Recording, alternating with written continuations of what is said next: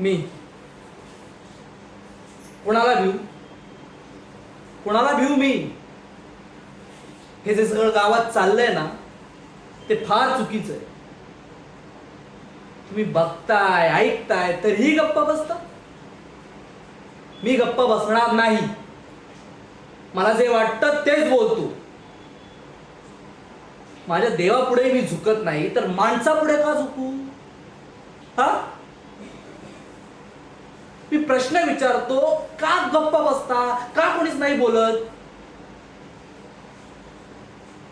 हे असं भीतीचं बांडगुळ बनून का जगायचंय आपल्याला?